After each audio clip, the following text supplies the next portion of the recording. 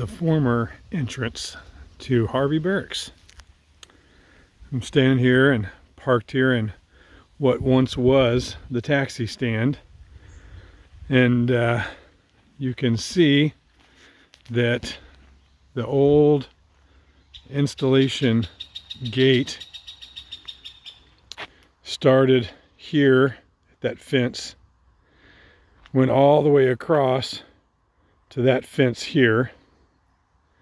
What's distinctly missing is right here used to be, probably on the ground right there, used to be the guard shack. It's gone. It's not there. You had one lane of traffic coming in there and a lane of traffic coming out over here. And then the brigade headquarters. That's where our brigade headquarters were. 2nd Brigade, 3rd ID. Once upon a time, a Colonel Shinseki used to be the brigade commander there. Long before he was promoted to general, long before he was the chief of staff for the Army. That was a long, long time ago. This was the entrance coming in, little small road. That was a long time ago. So way back in the day, 34 years ago, I got dropped off at this building, the headquarters for 1st Battalion, 15th Infantry, 3rd Infantry Division, Harvey Barracks in Kitzingen, Germany. And then right over here was the barracks complex. This large building here, going down that way, housed everybody in Alpha, Bravo, Charlie, and Delta Company. Then on the other side, HHC and Echo Company barracks building.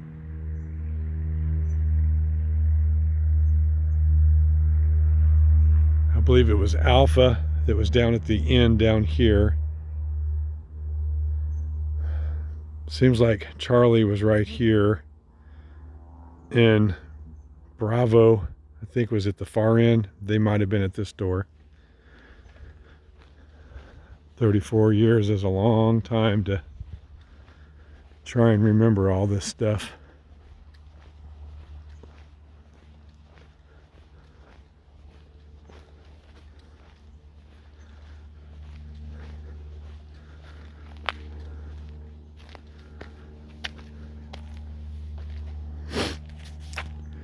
Right here used to be the railhead. The train tracks came up onto base, backed up here against the dock, and all the Bradleys, 88s, everything from our battalion would get loaded onto the train here. Across the way, one of the armor battalions had a motor pool. All their M1s and all their vehicles, their Hemmets and 5 tons and deuce and a halfs and everything was over there. And then down at that end was where 115 had their motor pool. On the other side, we were the far end down there. There was us, and then the 2 armor battalions had their motor pools. Off to the left side over there was 203rd Support Battalion, all of their motor pools and their equipment down there.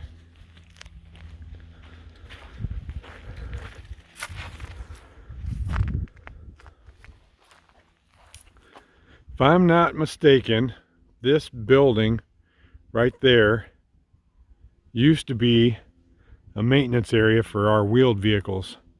They'd work on the Humvees and the deuce and a halfs, things like that, over there, if I'm not mistaken. I remember some kind of maintenance happening there with some wheeled vehicles.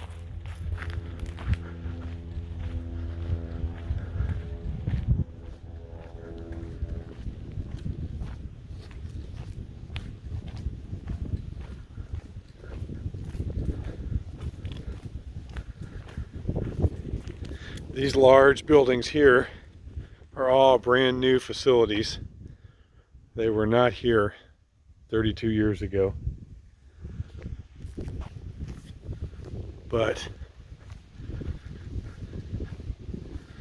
coming back in here, we had headquarters and Echo Company, Harvey Barracks, and I used to live right down there.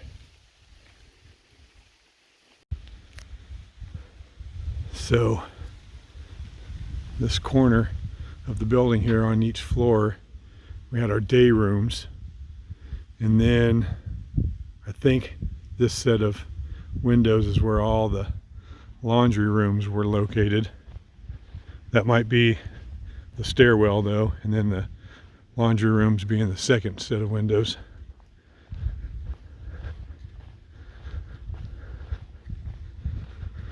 That window to the right of the downspout,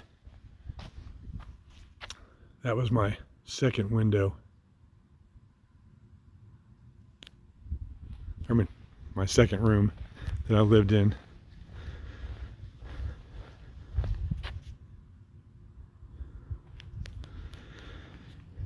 This, I know, was Alpha Company, because right in this area here is where Alpha Company had their formations every day.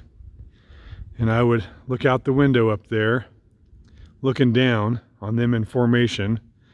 Didn't really know any of the guys, but about 25 years later, Mr. Jimmy Porter and I worked together at Bluegrass Army Depot in Kentucky. And that's when I found out Jimmy Porter was in Alpha Company. Same exact time I was here, 1988, 1989, and 1990. So this huge monolith of a building was not here back in the day at all. In fact, coming out of the barracks here, you'd walk across the street into the gate to the motor pool, the maintenance motor pool, where they did all of the maintenance for the tracked vehicles. Bradleys, 113s, tow vehicles. It was all done back here. In fact, that building in the background is the maintenance building they did all the work on.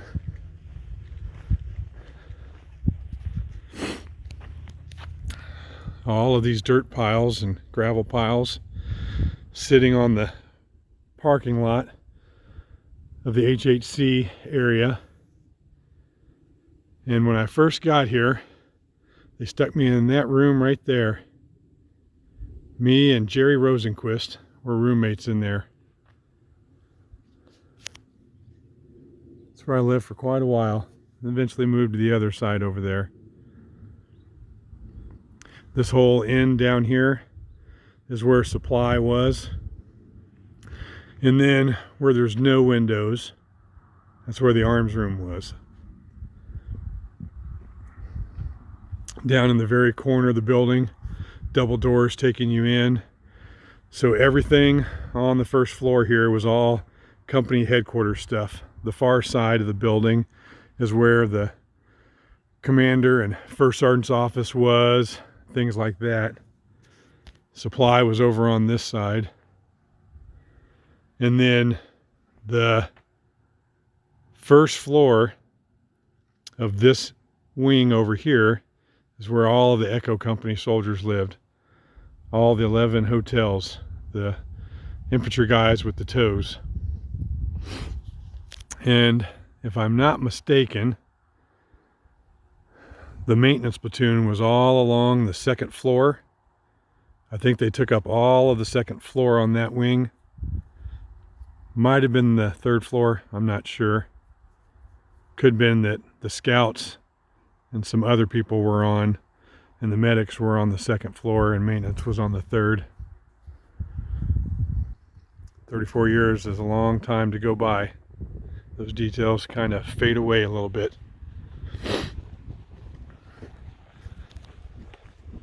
But at that point in time,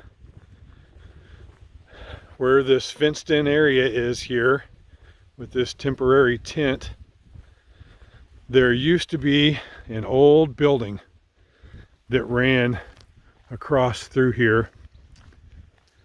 It was a very, very old building, almost like a temporary building that was never designed to be used more than about 20 years.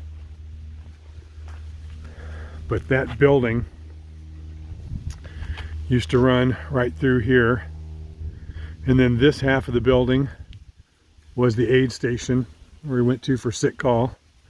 And then on the far side, the support platoon, scout platoon, and the mortar platoon had their CPs over on that side of the building. It's gone now. And then this is the dining facility. This is where 203rd, 115 Infantry had a consolidated dining facility. You walk down this sidewalk around the corner and into the entrance. The red brick building on the far side, the 3-story building over there, that is all of 203rd's barracks buildings and admin areas. They were all over there. And then 115 was in this area over here 34 years ago.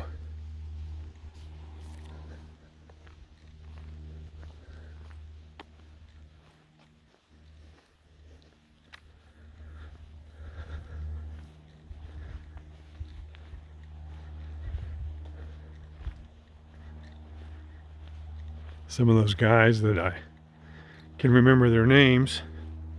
Johnson lived in the corner here right next to us. On the other side over there on the end, Benjamin Howe, he was from New York City. He was a unique character. There was a guy, Murray. I can't remember the guys that had been here for years when I first got here. Can't remember their names, the old timers we called them. But then there was Fredericks and Basil, and of course Asbury, one of my roommates. Basil was a roommate also, but Bill Asbury. Sean Averett was in the scout platoon.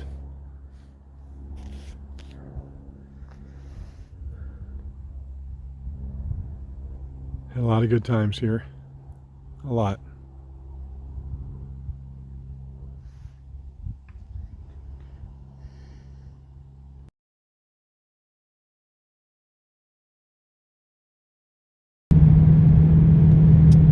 So we're just cruising 150 Ks, 95 miles an hour. We're gonna have to get in the left lane and go past this car. Yeah, this is called life in Germany. Now let's just go ahead and hit 100. Why not? There we go. 2,500 RPMs, 100 miles an hour.